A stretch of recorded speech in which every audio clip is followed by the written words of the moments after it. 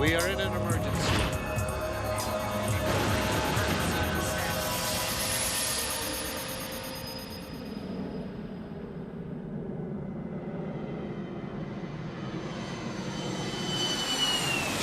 Ok, autorisation VOR. DME 19, arrivée Roseau Unité. Le 20 décembre 1995, un Boeing 757 d'American Airlines en provenance de Miami entame sa descente sur l'aéroport de Cali, en Colombie. American 965. Les passagers se préparent pour l'atterrissage. Les pilotes, eux, sont concentrés sur leur descente et pourtant, ils vont commettre une terrible erreur. 9000 pieds. Ils se perdent en pleine nuit au cœur des montagnes dont les sommets dépassent les 3000 mètres. Oh merde!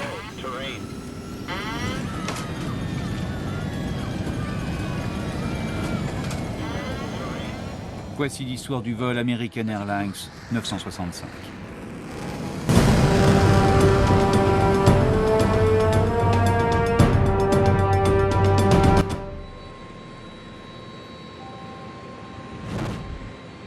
« 1995, quelques jours avant Noël, à l'aéroport international de Miami. Les passagers du vol American Airlines à destination de Cali terminent leur enregistrement alors que l'équipage boucle son plan de vol. Pouvoir partir à l'heure prévue. Je croise les doigts. Le vol 965 est prévu au départ de Miami à 16h40. Mais il est retardé de 30 minutes pour permettre l'embarquement de passagers en transit.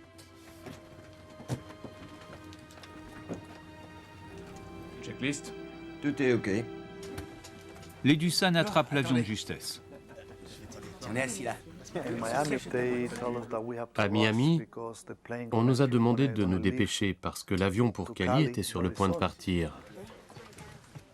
Nous étions vraiment contents de pouvoir prendre ce vol. Ça y est, vous êtes là? Il s'en est fallu de peu. Vous avez embarqué juste à temps? Ouais. C'est fou, du New Jersey jusqu'à Miami, voilà qu'on allait rater l'avion. Mercedes Ramirez, accompagnée de ses parents, parvient elle aussi à embarquer au dernier moment. Nous étions sur la liste d'attente, donc nous n'étions pas certains d'embarquer. On a sauté de joie en entendant nos noms, parce qu'on allait pouvoir partir.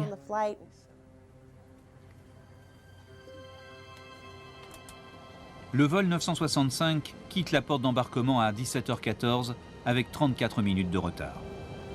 Mais les problèmes ne font que commencer. Alors que l'appareil roule sur la piste, la tour informe l'équipage d'un nouveau contretemps. American 965, je vous rappelle. En pleine période de vacances, le trafic aérien est surchargé et les pistes totalement encombrées. L'équipage est contraint à une attente d'1 heure et 20 minutes. C'est parti. American 965. American 965. Enfin, avec 2 heures de retard sur l'horaire prévu, le vol 965 peut s'aligner sur la Vous piste. êtes autorisé à décoller. Merci et joyeux Noël. Autorisé décollage. Piste 27 droite, American Airlines 965. Vous faites du bon boulot. Bonne nuit les gars. Le commandant Nicolas Tafouri, 57 ans, est responsable du vol 965. Il est l'un des meilleurs pilotes d'American Airlines, avec plus de 13 000 heures de vol, dont plus de 2000 sur Boeing 757. Il connaît bien Cali. Il a déjà fait ce vol à plusieurs reprises.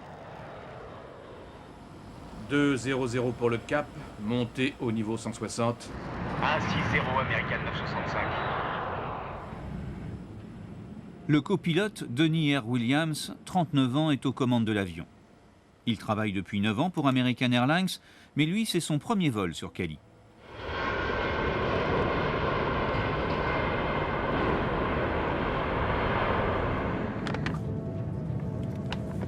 Nous sommes en période de vacances et l'avion est rempli de passagers qui s'apprêtent à fêter Noël.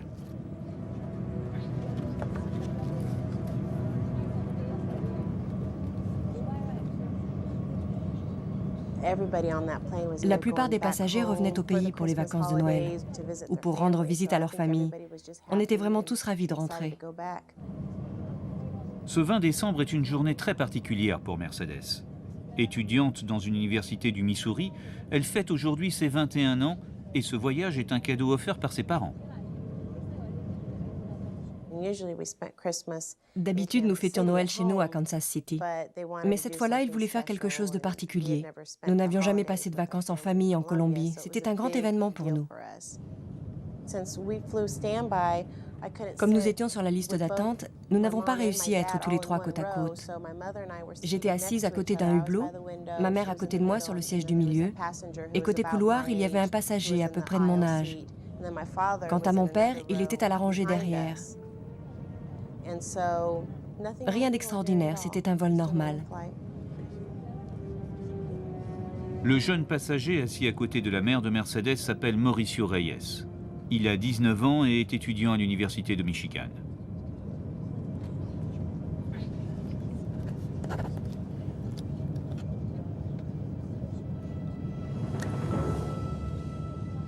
Gonzalo Dusan, sa femme Nancy et leurs 2 enfants, Michel et Gonzalo Jr., ont été plus chanceux. Eux sont assis les uns à côté des autres.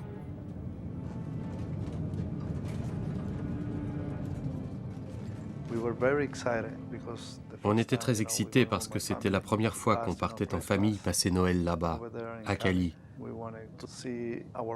On allait revoir tous les membres de notre famille, nos frères et sœurs, et puis aussi revoir notre ville.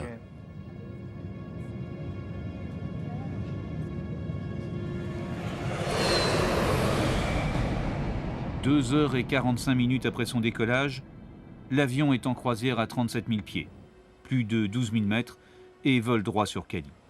Voyons voir, il nous reste 136 nautiques. L'avion est un Boeing 757-200, un avion moderne doté de systèmes informatiques sophistiqués. Il est notamment équipé d'un FMS. Dans lequel on insère les données, notamment de navigation. Ensuite, le pilote automatique va suivre cette programmation, c'est-à-dire tous les points de vol qu'on y aura insérés. En clair, l'équipage n'a plus qu'à surveiller l'ordinateur qui pilote l'avion. Le FMS est le meilleur ami du pilote. Mais mal programmé, il peut aussi devenir son pire ennemi.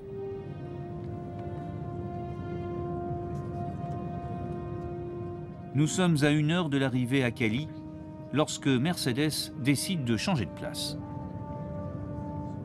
Ma mère parlait avec l'étudiant assis à côté d'elle. Je crois qu'elle essayait de me brancher avec lui, parce qu'elle n'arrêtait pas de dire « Oh, ma fille est au collège, et ma fille par-ci, et ma fille par-là. » Enfin, ça me gênait un peu, quoi. Alors je me suis levée, je suis allée m'asseoir derrière, à côté de mon père. En fait, cette décision apparemment anecdotique va lui sauver la vie.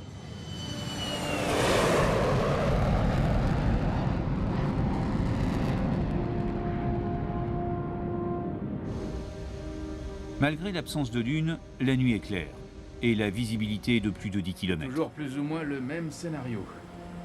10 heures de repos, 30 minutes de briefing. Le commandant Tafuri s'inquiète de l'heure d'arrivée à Cali. C'est le règlement FA. Les règles de l'aviation américaine sont strictes. Les équipages doivent rester au sol un nombre d'heures minimales avant de pouvoir réembarquer. Avec plus de 2 heures de retard, il leur reste à peine le temps minimum de repos s'ils veulent repartir à l'heure le lendemain matin vers Miami.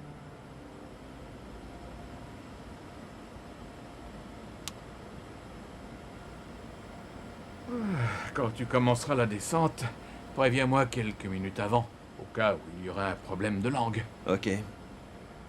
Le moindre retard supplémentaire aurait des conséquences directes sur le vol du lendemain.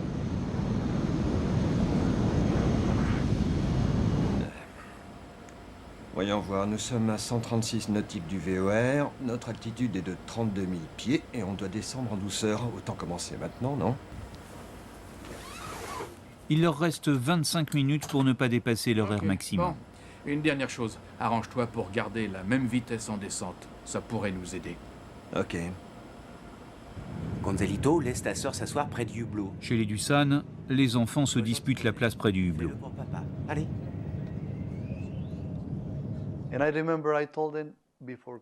Je me souviens de leur avoir dit, avant Cali, lorsque l'avion a commencé à perdre de l'altitude, « Regardez, on va voir la vallée et la ville. Et ça va être très joli parce que chaque année, ils décorent la montagne avec des lumières de toutes les couleurs. » Ensuite, ils ont commencé à se disputer pour avoir le siège près du hublot. Je me bagarrais avec mon petit frère Gonzalito. On se disputait la place près du hublot. S'il te plaît, Gonzalito, laisse la place à ta sœur. Et moi, je disais, je veux voir les lumières, je veux voir l'aéroport. Ça l'a rendu furieux. Allez, mon grand, va t'asseoir à côté de ton cousin. C'est bien, mon garçon. Regarde toutes ces lumières, Michel. C'est joli, hein? Ça commence à être lent. Je crois qu'on arrive. Bon, bah tant mieux. Michel, tu as vu toutes les lumières? Mesdames et messieurs, ici votre commandant de bord. Nous avons commencé notre descente vers l'aéroport de Cali. C'est une belle soirée. Comme prévu, nous allons juste traverser une ou deux averses. La visibilité est excellente et la température extérieure... À cet instant, tout va bien à bord. C'est à partir de maintenant que les pilotes vont commettre la première d'une longue série d'erreurs.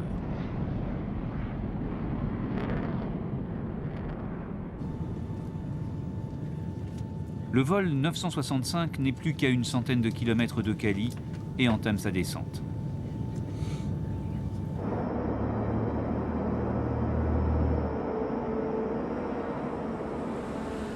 L'aéroport est situé à l'extrémité d'une longue vallée. Des deux côtés, d'immenses chaînes de montagnes s'élèvent à près de 4000 mètres. Pour les avions, ici l'environnement est hostile.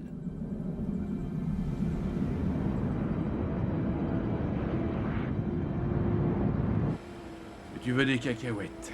Non, merci. Tu veux boire? Ou bien est-ce que tu préfères attendre qu'on soit au sol? Ça peut attendre, merci. Pour suivre son plan de vol, l'avion doit passer au-dessus d'une série de points de report, les waypoints. Les waypoints, ce sont des points de survol. Vous les insérez, ces points de survol, dans l'ordinateur de bord, dans le FMS. Ensuite, l'avion va suivre ces waypoints dans l'ordre dans lequel vous les avez insérés. Donc, il ne faut pas se tromper. Ces points sont souvent des balises radio qui jalonnent la route. Le vol 965 s'approche maintenant du point de report appelé Toulois. Toulois est situé au début de la vallée qui mène droit à Cali. Ensuite, les pilotes doivent suivre cette vallée jusqu'à Roseau, le dernier point de report avant la piste. Enfin, la piste en service est en plein nord, ils vont devoir dépasser l'aéroport, virer à droite et atterrir par le sud.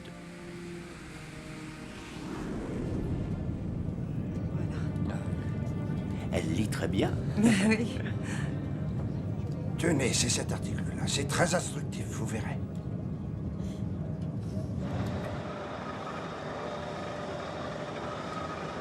Cali, American 965 à l'approche. Bonsoir, American 965. À vous. Buenas noches, Seigneur. American 965, nous quittons niveau 230... Nelson Rivera est de service ce soir à la tour de contrôle. C'est lui qui doit gérer l'approche du vol 965. Mais il a un problème. Des rebelles opposés au gouvernement colombien ont détruit le système radar. Rivera n'a donc aucun moyen de contrôler réellement la position des avions. Votre distance DME de Cali? Sans assistance radar, le contrôleur aérien dépend donc des équipages pour connaître la distance qui les sépare de la piste. 63 nautiques DME. Le D Cali, on est à tant de kilomètres de Cali, c'est indiqué en permanence. À vous, Cali. Bien reçu. Autorisé sur le VOR de Cali. Descendez à 5000 pieds et ensuite maintenez niveau. QNH 3002. Rappelez vertical Toulois. D'accord, autorisé direct sur le VOR de Cali et rappel vertical Toulois. Affirmatif. Le contrôleur demande au pilote de le contacter au passage de Toulois. Mais le commandant Tafuri, lui, retient surtout qu'il peut se rendre directement à Cali.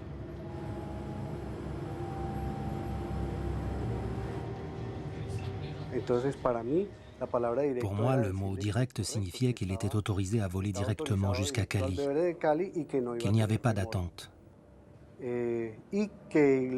Donc, il devait nous renseigner sur sa position à Toulois, parce que nous n'avions pas de radar. J'avais besoin qu'il me donne cette information sur sa position exacte. Le commandant entre direct sur Cali dans le FMS. Et l'ordinateur obéit. Puisqu'on lui dit direct sur Cali, il efface tous les autres points, y compris celui de Toulois, qu'ils n'ont pas encore dépassé. Bon, je te programme Cali direct. Ok, merci. Commandant de bord au PNC, veuillez vous préparer à l'atterrissage, s'il vous plaît, merci.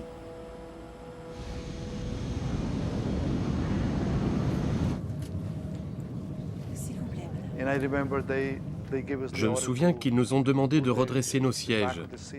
Je me souviens de ça. Et tout le monde était vraiment content, parce qu'on était tout près de Cali.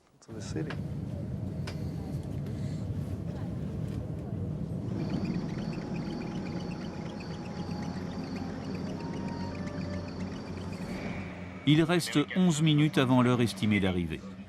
American 965, j'écoute. Le vent est calme, monsieur. Est-ce que vous voulez... Le contrôleur aérien demande à l'équipage s'il souhaite atterrir sur la piste 19, Tu veux essayer la 19? au lieu de la piste 01 initialement prévue. Facile de descendre, mais c'est faisable. D'accord, monsieur, mais Il va falloir descendre rapidement. Bien reçu, 965. Autorisé, approche VOR, DME 19. Ok. Les pilotes sont satisfaits. La piste 19 leur permet une approche directe sans avoir à contourner l'aéroport. Ils vont gagner plusieurs minutes.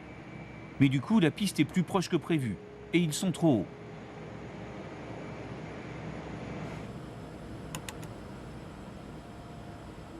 Pour accélérer la descente sans prendre trop de vitesse, le copilote va déployer les aérofreins.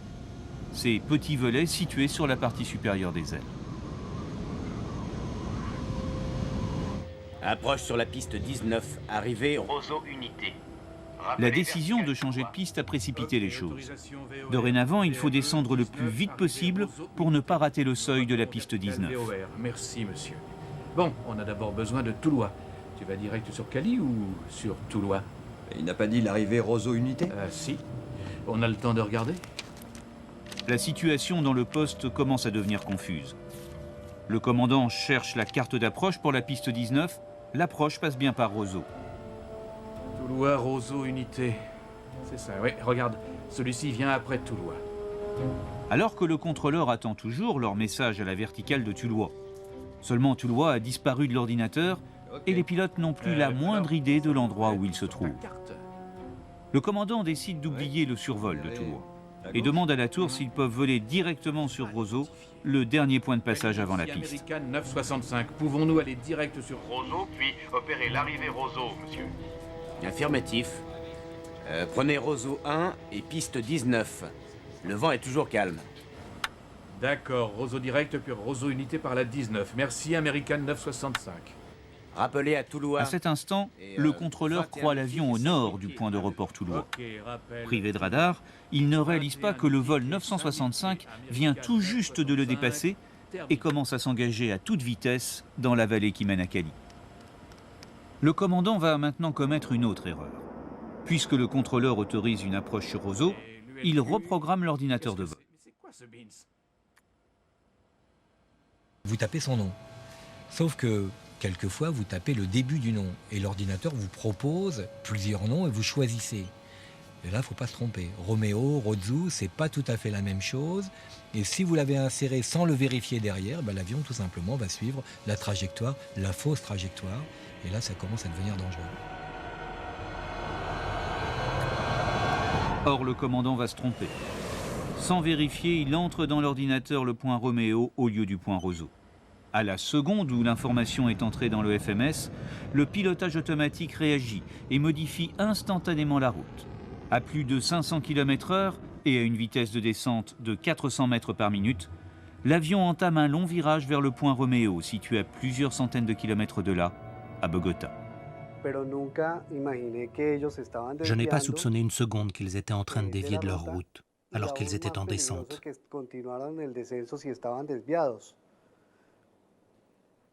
Puisque moi, je n'avais pas de radar. Dans le poste, les pilotes eux aussi ne s'aperçoivent de rien. Ils sont concentrés sur les cartes d'approche alors que leur avion s'enfonce dans les montagnes.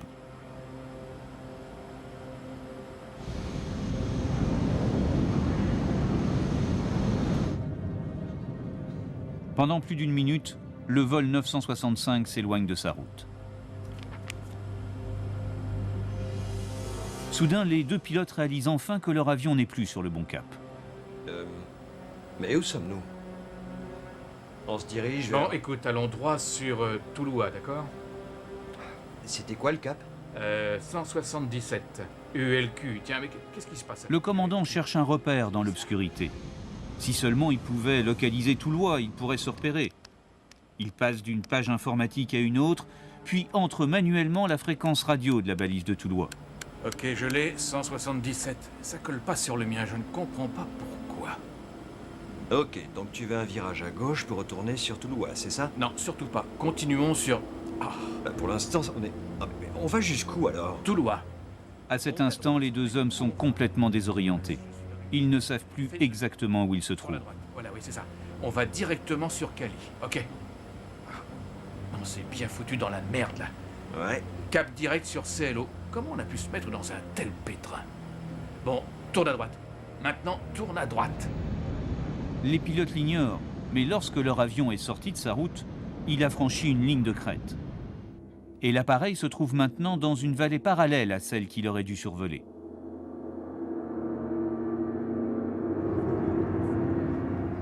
Les passagers, eux, ne se doutent de rien. Ils sont persuadés de se poser dans quelques minutes sur la piste de Cali. Notre chère Colombie. On est presque arrivé. Tant mieux. Saleté de Toulois. J'arrive pas à comprendre, je le trouve pas. Regarde. Maintenant, non. Ah, c'est foutu pour Toulois. D'accord, je vois. Mais je peux le programmer si tu veux. Non, je ne veux pas de Toulois. Oublie-le. Écoute, allons juste chercher l'axe de la piste. Roseau, donc. Roseau. On a calé maintenant directement à Roseau, d'accord? Ok, allons-y.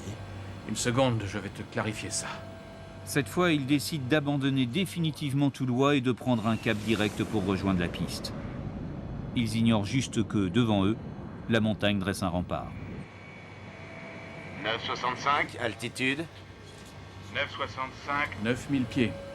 bien reçu. Distance Actuelle? Merde, remonte! L'alarme de proximité du sol les prévient brutalement de la présence du relief. 65, ici la tour de Cali. Est-ce que vous me recevez? Il n'a pas répondu. Il n'a plus jamais répondu. Ok, on y va doucement, on y va doucement!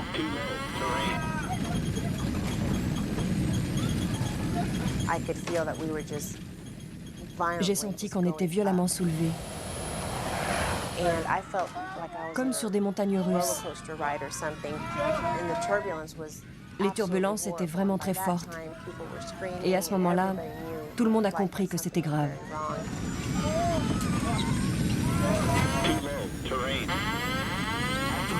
Tout en douceur! Oh non! Remonte, allez! Instinctivement, j'ai saisi la main de mon père. J'ai mis la tête entre mes genoux. Et je ne pensais plus qu'à une chose. Tiens bon, ça va aller, ça va aller.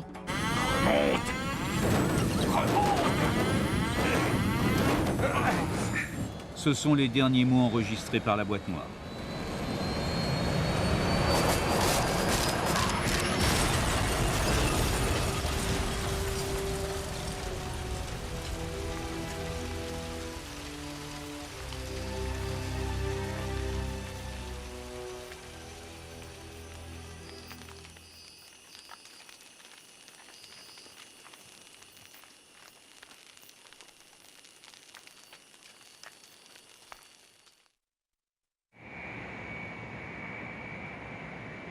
American 965, contrôle de Cali. Vous me recevez? À 22h42, en approche finale pour la piste 19, American 965, vous me recevez? le vol 965 d'American Airlines disparaît sans laisser de traces.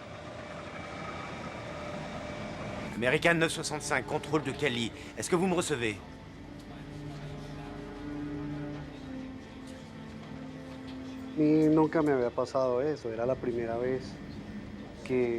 Ça ne m'était jamais arrivé. C'était la première fois que je perdais un avion. L'équipage ne répondait plus.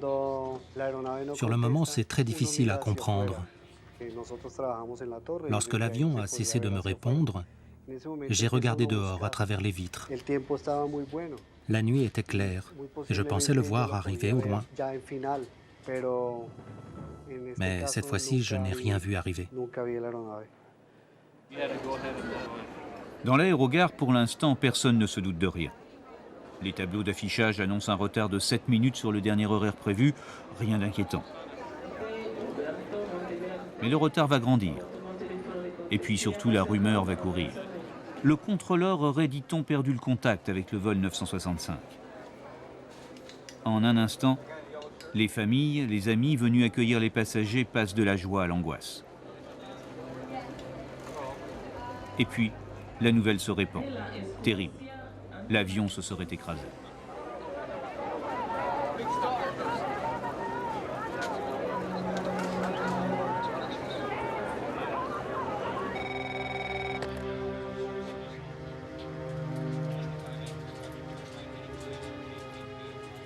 La confirmation du crash arrive au même moment à la tour de contrôle.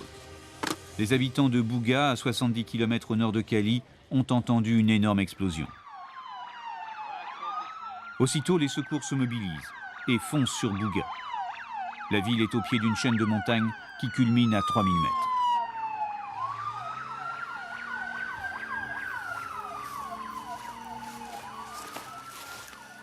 Il est maintenant 3 heures du matin. 6 heures se sont écoulées depuis l'accident. Les premières équipes de recherche escaladent le flanc du mont Deluvio. Ici, il n'y a aucune route. L'endroit est totalement coupé du monde.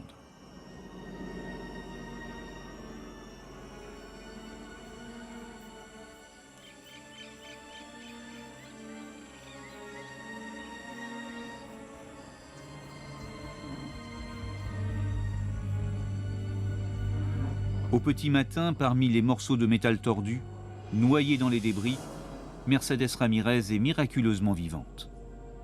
Son dernier souvenir avant l'impact, c'est la main de son père dans la sienne, juste avant un énorme bruit.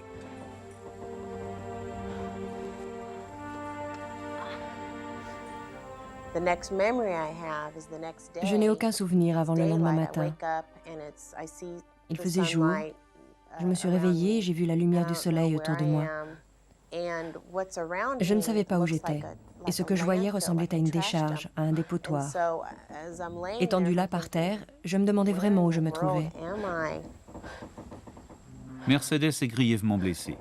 Elle souffre de lésions internes et d'une jambe cassée. À l'aide!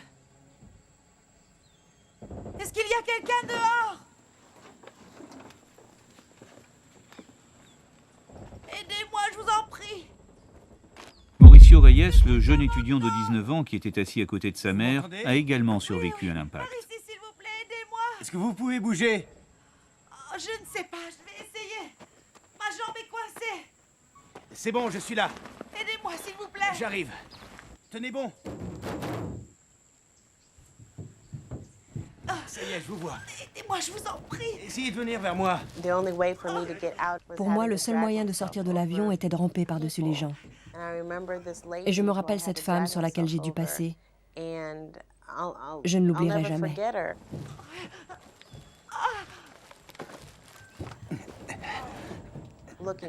Rétrospectivement, je me suis dit, mon Dieu, elle était la mère, la sœur, la femme de quelqu'un. Mais à ce moment-là, elle était juste un objet que je devais escalader pour pouvoir m'échapper. Vous croyez que vous pouvez vous lever? Je crois que j'ai la jambe cassée. On essaie. À 3. On essaie. 1, 2, 3. J'ai vraiment ressenti la douleur pour la première fois quand il m'a soulevée. J'ai senti comme un courant électrique tout le long de ma jambe. Alors il m'a reposée par terre pour essayer de trouver de l'aide. Allongez-vous, voilà. D'accord? Ne bougez plus. Je vais chercher de l'aide. Au secours! Est-ce qu'il y a quelqu'un? Quand j'étais étendue par terre, je me disais surtout, pourquoi moi? Pourquoi cela m'est arrivé à moi? Dès le lever du jour, l'armée de l'air colombienne se joint aux recherches. Les premiers hélicoptères décollent pour tenter de localiser l'épave.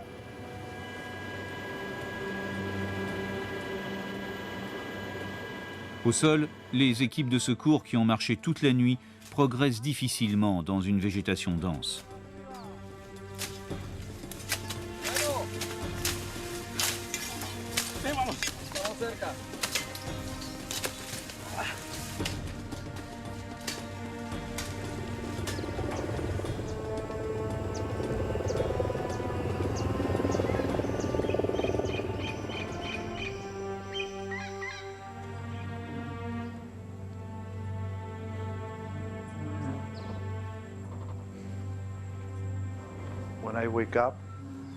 Lorsque je me suis réveillé, j'ai commencé à avoir mal dans le dos. Et puis en entendant le bruit des hélicoptères, j'ai compris que quelque chose était arrivé. Ensuite, j'ai vraiment commencé à paniquer. Aidez-moi! S'il vous plaît, il y a quelqu'un! Aidez-moi! Papa, je suis là! Papa! Michel! Michel, c'est toi? Michel, la petite fille de Gonzalo, est prisonnière des débris. Michel, j'arrive, ma chérie. Continue de me parler, d'accord? Michel! Alors j'ai compris que ma fille avait aussi survécu. J'ai commencé à ramper pour essayer de trouver d'où venait sa voix. Michel, parle-moi! Où est-ce que tu es? Gonzalo se fraye un chemin pour atteindre et dégager sa fille. Mais Michel est coincé sous un morceau du fuselage. Aïe! Aïe! J'ai mal à la jambe! Quand le fuselage a écrasé mes jambes, j'avais toujours ma ceinture.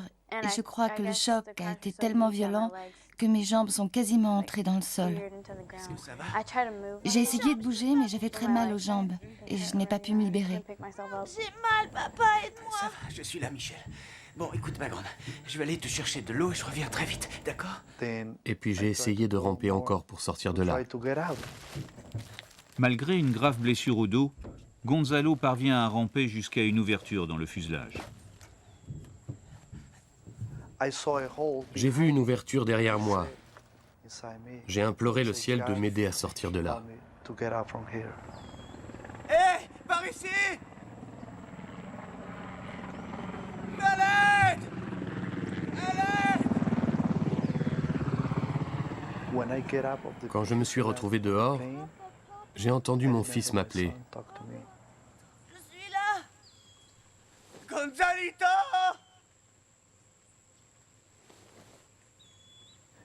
Il disait « Papa, papa, aide-moi, aide-moi ». Gonzalito! Gonzalo Dusan cherche désespérément son fils, mais il ne parvient pas à le retrouver parmi les débris de l'avion.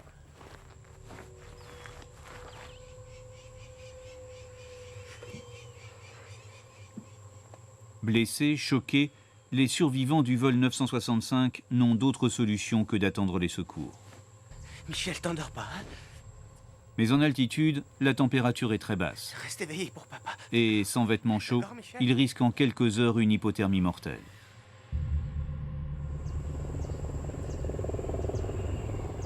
Aucun incendie ne s'est déclaré et du coup, les hélicoptères ont du mal à repérer l'épave noyée dans la végétation. Or, pour les survivants, qui luttent contre le froid depuis des heures, chaque minute compte.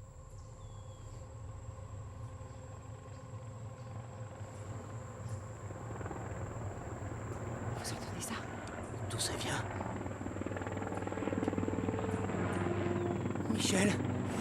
Finalement, après plusieurs dizaines de minutes de recherches infructueuses, l'équipage d'un hélicoptère repère les survivants. De l'endroit où je me trouvais, je voyais parfaitement les hélicoptères. Mais je ne savais pas si eux pouvaient me voir. Lorsque j'ai vu l'hélicoptère frôler la cime des arbres, j'ai commencé à agiter la couverture. J'ai commencé à agiter la couverture et puis j'ai dit « Oh, ils m'ont vu, ils m'ont vu. Ils viennent nous sauver. » J'ai repéré du monde. Après 10 heures d'attente dans un froid glacial, les quelques survivants du vol 965 commencent à reprendre espoir.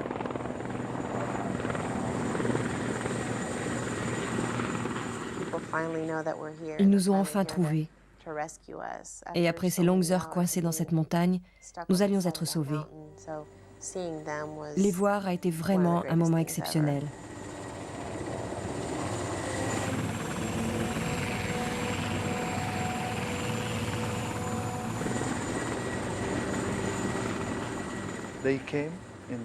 En arrivant, ils ont lancé une corde et ils ont commencé à descendre.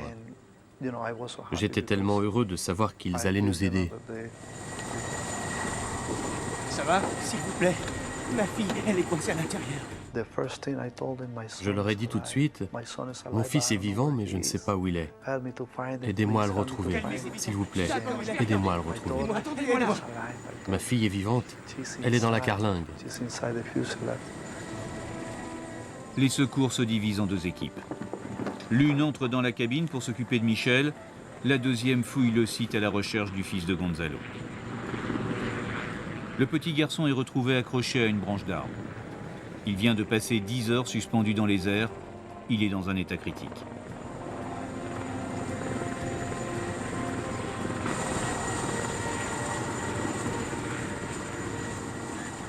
Mauricio Reyes est le premier survivant à être évacué.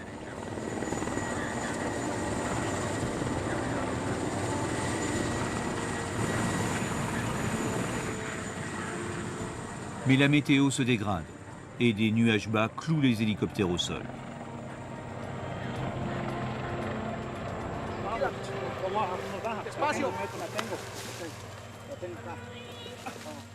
L'état de Michel est grave. La petite fille a besoin de soins urgents. Les sauveteurs décident alors de fabriquer un brancard de fortune avec les débris de l'avion et de l'évacuer à pied. Ils entament une longue descente vers la vallée où attendent les ambulances.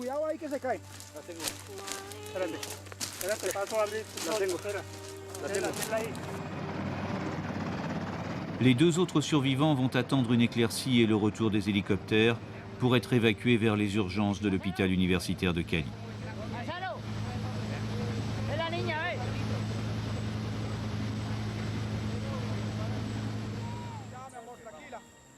« 13 heures après l'accident du vol 965, Michel Dussan est la dernière victime à sortir vivante de la jungle du Monte Eluvio.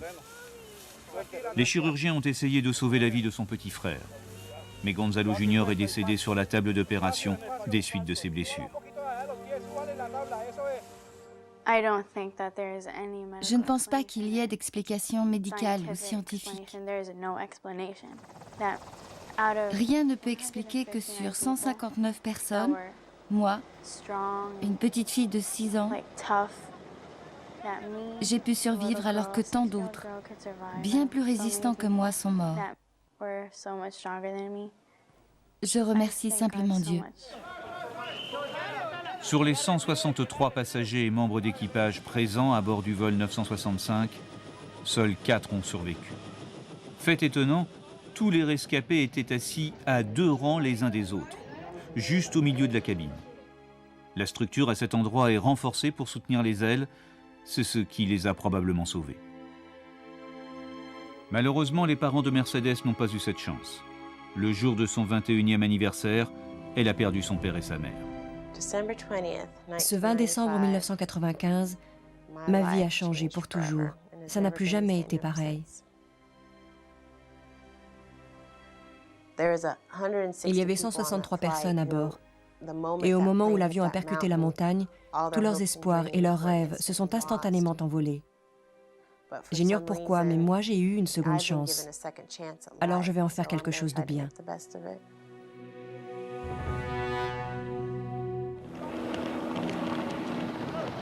Les survivants évacués, place maintenant aux enquêteurs.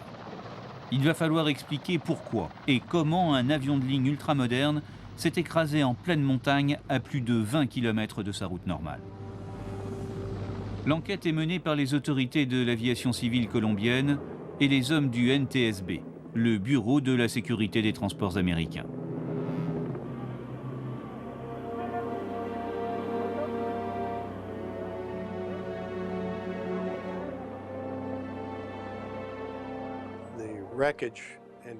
L'analyse des débris de l'avion indiquait que l'appareil avait percuté le flanc est de la montagne alors qu'il essayait de revenir vers l'ouest dans la vallée. La partie principale du fuselage a franchi le sommet de la montagne pour atterrir sur le flanc ouest, qui se trouve dans la vallée.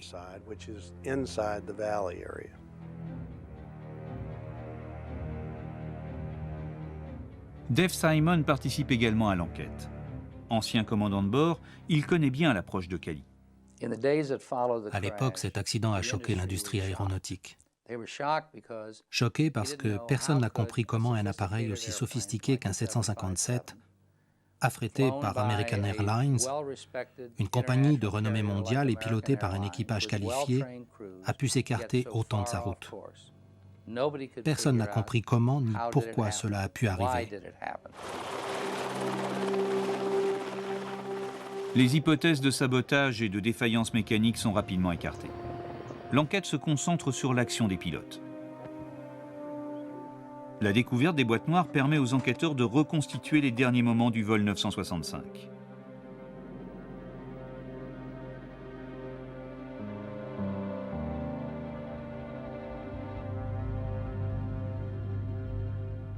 Un accident d'avion n'est jamais causé par un seul facteur, mais par une chaîne d'erreurs. Or, une chaîne est constituée de nombreux maillons. L'avion volait à destination de Cali. Au moment où il se trouvait en approche éloignée de la piste 01, le contrôle a proposé à l'équipage un atterrissage plus direct sur la piste 19. Calme. Est-ce que vous voulez prendre la piste 19? Est-ce que tu en dis, tu veux essayer la 19? Ça va pas être facile de descendre, mais c'est faisable. Lorsqu'ils ont accepté cette nouvelle approche, le copilote a fait remarquer qu'ils avaient besoin de descendre de façon précipitée pour pouvoir y arriver. D'accord, monsieur, mais il va falloir descendre rapidement. Au moment où l'équipage accepte l'approche pour la piste 19, l'avion vole trop haut, trop vite, et est trop près pour pouvoir réussir cette approche. Pour perdre rapidement de l'altitude sans prendre de la vitesse, le copilote sort alors les aérofreins.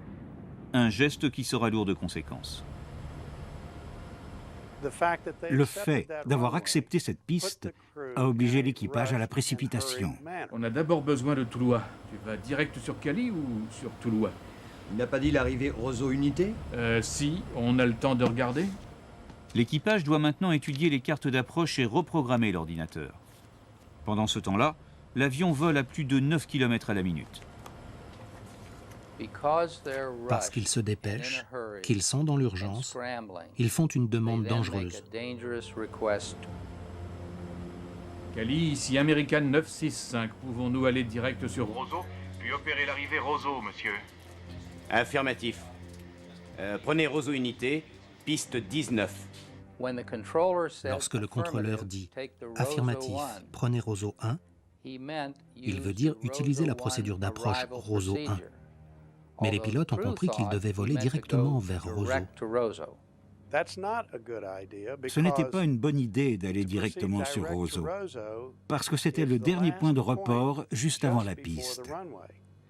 Roseau était leur dernier point avant l'atterrissage, et non pas le premier point de la procédure d'approche. C'est un véritable malentendu. Les pilotes croyaient une chose et le contrôleur en croyait une autre. À mon sens, c'est un autre maillon de la chaîne d'erreur. Mais où sommes-nous? Les pilotes regardent leurs cartes placées devant eux et ils voient le repère Roseau qui est identifié par la lettre R. Tout naturellement, ils entrent R dans l'ordinateur, croyant qu'il va les conduire directement sur Roseau. L'ordinateur propose une liste de R parmi lesquels choisir. Mais les pilotes ignorent qu'aucun d'entre eux ne correspond à Roseau. Vous vous trompez de nom. Vous avez tapé qu'une partie du nom et en prend un autre. L'ordinateur, il va suivre tout simplement. Il y a nécessité, à chaque fois qu'on insère un point, de le faire vérifier par le collègue. Sinon, on est en danger de mort. Une fois l'information entrée, l'écran de navigation montre en permanence au pilote la route programmée. Ni le commandant ni le copilote n'ont remarqué l'erreur. Selon American Airlines, la procédure préalable à ce type de saisie est de demander confirmation à l'autre pilote. Cela vous semble correct? 965, on est à 9000 pieds. Manifestement, cela n'a pas été fait. Si ça avait été le cas, une ligne en pointillé leur aurait indiqué une route provisoire partant du nez de leur avion qui vire et retourne dans les 7 heures. Le commandant de bord était trop pressé. Il a entré une fausse information sans vérifier. Dans l'aviation, on appelle ça « Freddy au doigt rapide ». Quand vous ne vérifiez rien, quand vous entrez une donnée dans l'ordinateur sans vérifier l'endroit où il va réellement vous emmener. Ouais, il faut tourner à gauche. J'arrive pas à l'identifier, c'est quand même dingue. Malheureusement, l'équipage ignore que ce R correspond à un autre point de report, situé, lui, à 240 km de là, derrière eux, positionné dans leur 7 heures. Et c'est cette direction que commence à prendre l'avion.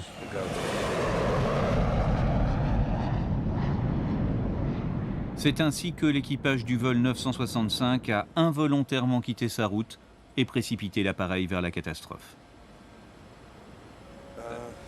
Mais où sommes-nous? L'avion suivait simplement ce qu'on lui avait demandé de faire.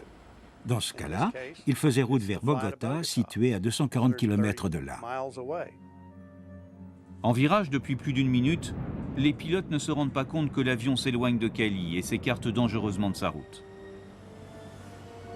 Lorsqu'une situation est inattendue, on dit tiens, on va faire ça, tu sors les cartes, moi je m'occupe de ça, je m'occupe de l'ordinateur de bord, et puis on s'aperçoit, vu de l'extérieur, que plus personne ne pilote.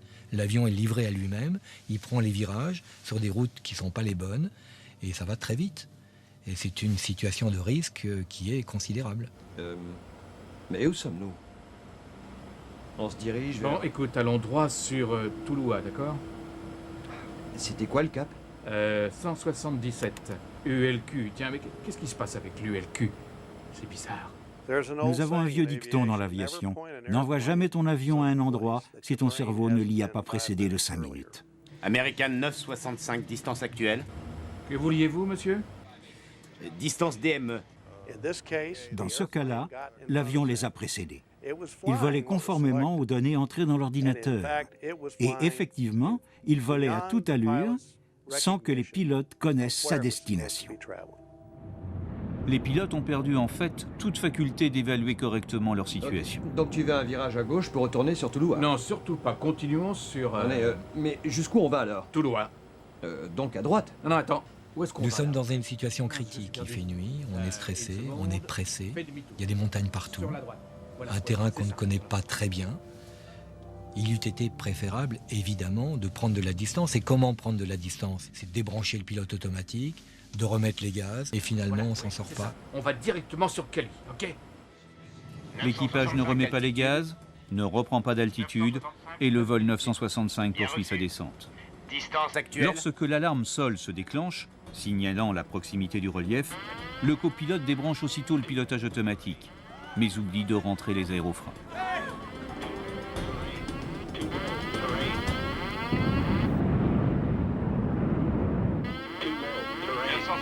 Ici, tour de contrôle de Cali. Est-ce que vous me recevez?